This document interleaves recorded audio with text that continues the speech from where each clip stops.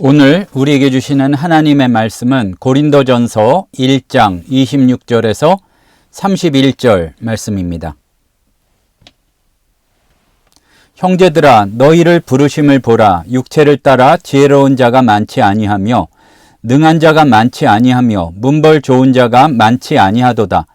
그러나 하나님께서 세상의 미련한 것들을 택하사 지혜 있는 자들을 부끄럽게 하려 하시고 세상의 약한 것들을 택하사 강한 것들을 부끄럽게 하려 하시며 하나님께서 세상의 천한 것들과 멸시받는 것들과 없는 것들을 택하사 있는 것들을 패하려 하시나니 이는 아무 육체도 하나님 앞에서 자랑하지 못하게 하려 하심이라.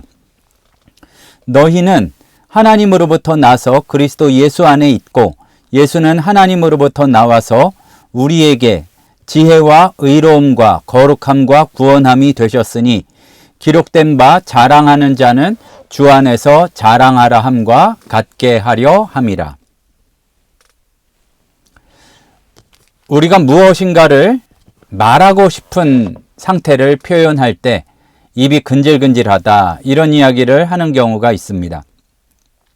뭔가를 너무 말하고 싶어서 좀이 쑤시는 그러한 참기 어려운 상태를 이와 같이 입이 근질근질하다고 표현을 합니다. 그런데 아마도 우리 마음속에서 가장 자주 또 가장 참기가 어렵게 일어나는 그 근질거림 중에 하나는 바로 자기 자랑하고 싶은 욕구입니다. 정도의 차이는 있고 또 종류의 차이는 있지만 기회만 생기면 슬쩍 꺼내고 싶은 거, 때로는 나의 학력, 쌓아온 경력, 내가 가진 재산, 때로는 정말로 아무것도 아닌 이야기들, 또 때로는 자녀들 이야기, 이런 것들이 자랑거리로 마음 한구석에 늘 자리 잡고 있습니다. 그런데 심지어는 신앙생활을 오래 한 그 자체, 또 교회에서 맡은 직분 자체도 남들에게 어떤 자랑하고 싶은, 말로 자랑하고 그걸 알아줬으면 하고 하는 그런 은근한 자랑거리가 되기도 합니다. 우리가 이처럼 의식적으로든 무의식적으로든 때로 매우 적극적으로 자기를 드러내고 인정받고 싶어하는 마음이 이렇게 스물스물 기어 나올 때가 있습니다. 그런데 오늘 우리가 함께 나눌 고린도전서 1장 26절에서 31절 말씀은 이와 같은 우리의 마음과 또한 세상 사람들이 그렇게 추구하는 가치관에 정면으로 도전하고 있습니다. 그리고 우리가 보통 이야기하는 그 수많은 자랑의 대상이 아니라 분명하게 우리가 자랑해야 될 내용, 자랑해야 될 분을 분명하게 이야기하는데 그것은 바로 주님이시란 얘기입니다.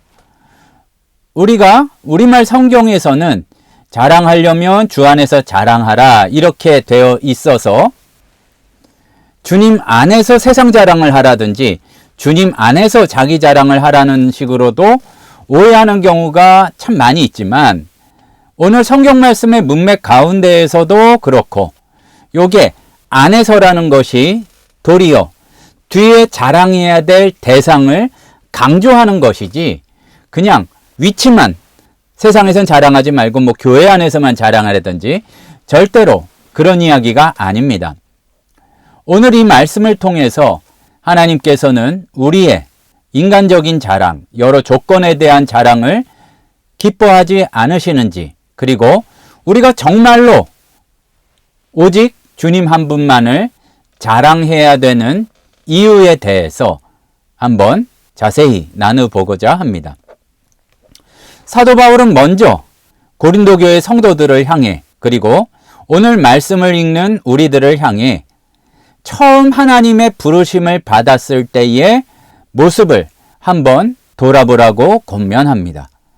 그리고 잠시 멈추어서 나의 모습을 한번 확인해 보라는 이야기죠. 바울은 고린도 교회 성도들에게 육신의 기준으로 볼 때 지혜로운 사람, 유능한 사람 또는 좋은 가문의 사람이 그렇게 많지 않다는 사실을 지적하고 상기시키고 있습니다. 고린도 자체가 굉장히 무역과 상업이 발달하고 여러 철학 사상이 발달했던 굉장히 번화한 도시였습니다. 당연히 세상적인 지혜, 뛰어난 능력, 부자들, 좋은 가문과 같은 조건들이 사람들의 어떤 성공에 대한 기준이나 한 사람 한 사람에 대한 평가에 큰 영향을 미쳤습니다. 야, 솔직히 얘기해보자. 바울이 이렇게 얘기하는 겁니다.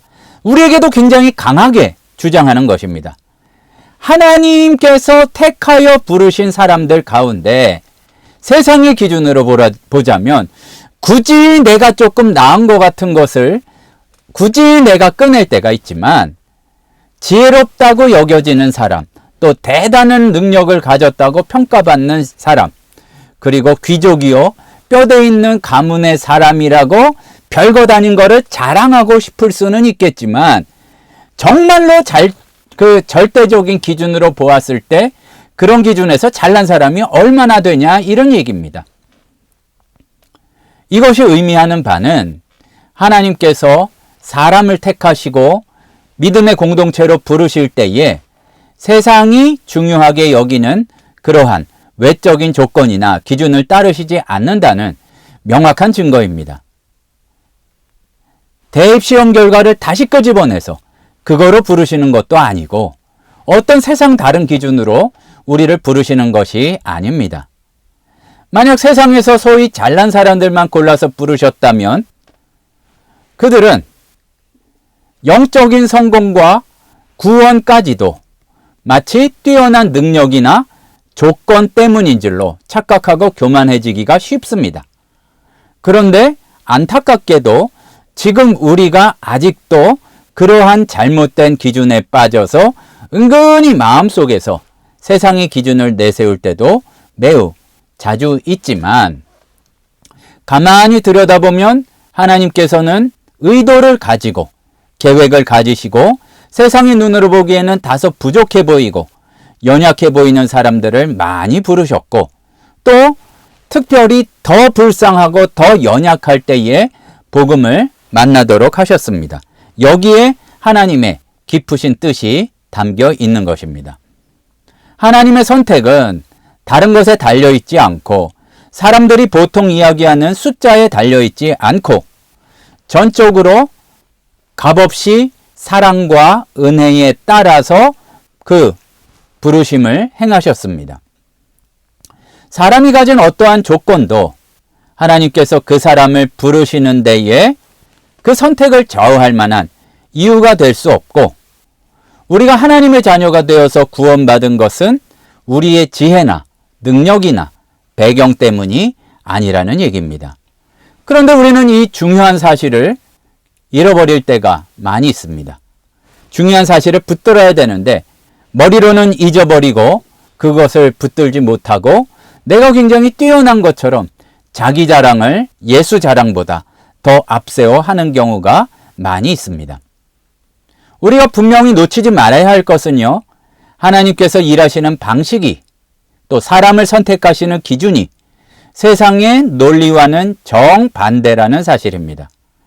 지혜로운 자를 부끄럽게 하시려고 어리석은 자들을 택하시고 강한 자들을 부끄럽게 하시려고 약한 자들을 택하시고 또 세상에 비천한 사람들, 멸시받는 사람들, 심지어 아무것도 없는 사람들을 택하셔서 있다고 하는 사람들, 스스로 귀하다고 생각하는 사람들을 패하려고 하신다는 것이 오늘의 말씀입니다.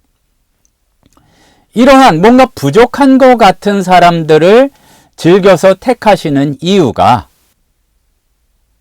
바로 교만한 사람들을 부끄럽게 만들도록 하시기 위해서인데 바로 이것이 하나님께서 선택하실 때 거기에 담겨 있는 역설입니다.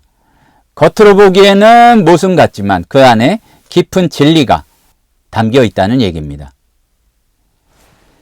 인간이 가진 조건이나 세상적인 기준으로 내세울 만한 것들로는 하나님의 영광을 온전히 드러낼 수가 없습니다. 도리어 우리의 잘남은 조금이라도 잘남이 있다 해도 자칫하면 하나님의 영광을 가리는 가림막이나 장애물이 되기가 쉽습니다. 너무나 밝은 해변의 태양 밑에서 우리가 후레쉬를 켰는지 안 켰는지 알아볼 수 없는 것처럼, 그것보다 비할 수 없이 더 밝으신 하나님의 영광 앞에 우리가 자랑하고 싶은 조건은 아무런 의미가 없습니다.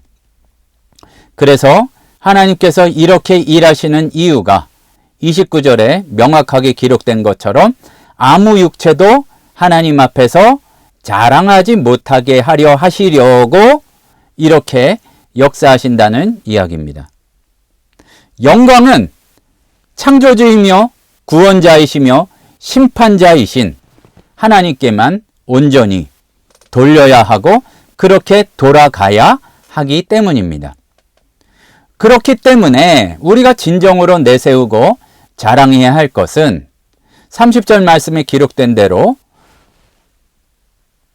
예수 그리스도를 또 그리고 예수 그리스도에게서 나온 것을 분명히 우리가 자랑할 수 있어야 된다는 얘기입니다. 우리의 존재는 그리고 참된 가치는 하나님에게서 나서 우리가 예수 안에 있다는 그 사실인데, 우리는 자꾸 다른 것을 자랑하려고 할 때가 있습니다. 하나님 앞에서 떳떳이 설 수 있는 자격도 그리스도 안에서 우리에게 은혜로 덧입혀 주신 것인데 자꾸 내 수준에서 다른 이유를 찾아가려고 합니다. 내가 거룩해서가 아니라 죄로 인해 더러워진 우리를 깨끗게 하시는 분도 그분이시고, 또한 하나님 앞에서 더더욱 거룩하고 순결한 존재가 되도록 우리를 빚어 나가십니다. 노력해서 된 게 아니죠. 그렇기 때문에 우리의 자랑은 나 자신에게서 예수 그리스도께로 옮겨져야 한다는 사실을 우리는 기억하고 놓치지 말아야 할 것입니다. 고린도전서 1장 31절 말씀을 보면 기록된 바 자랑하는 자는 주 안에서 자랑하라 이렇게 선포하고 있습니다.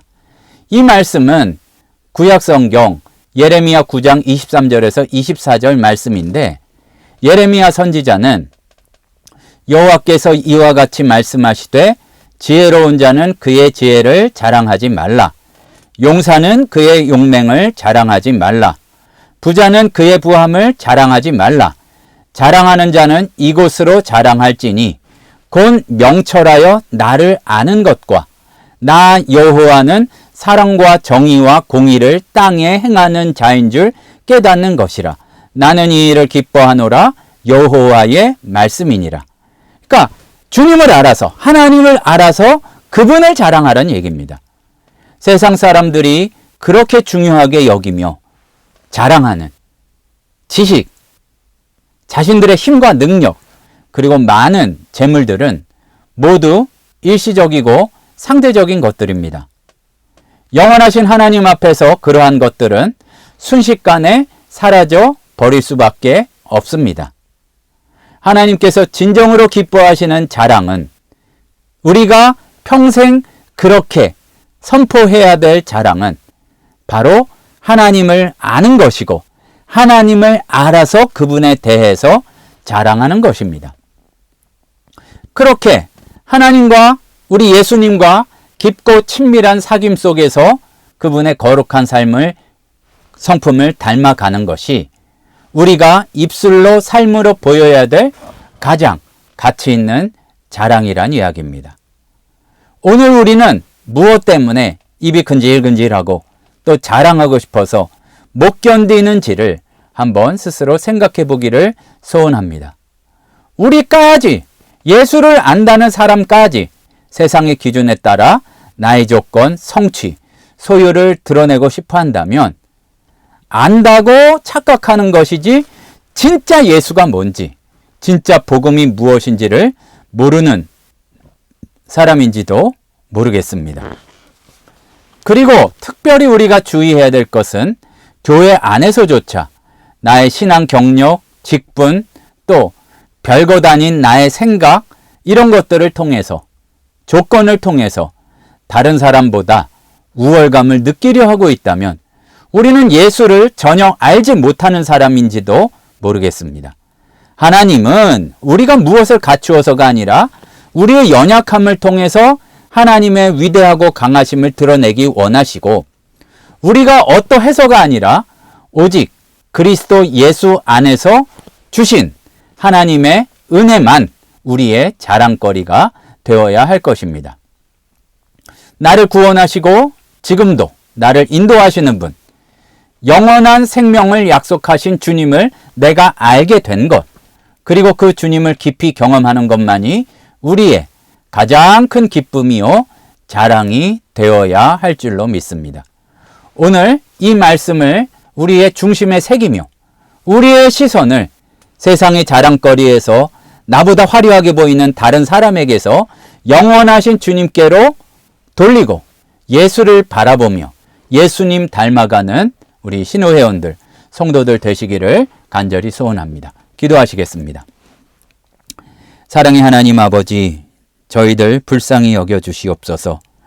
참으로 쉬 사라질 것들, 아무것도 아닌 것들, 그것 때문에 낙심하고 또 그것 때문에 자랑하고 교만하여지고 있습니다. 우리의 이 완악한 마음을 고쳐주셔서 참 좋으신 주님을 깊이 체험하도록 도와주시며 그것을 자랑할 수 있는 우리들 되게 은혜 내려 주시옵소서. 예수님의 이름으로 기도드립니다. 아멘.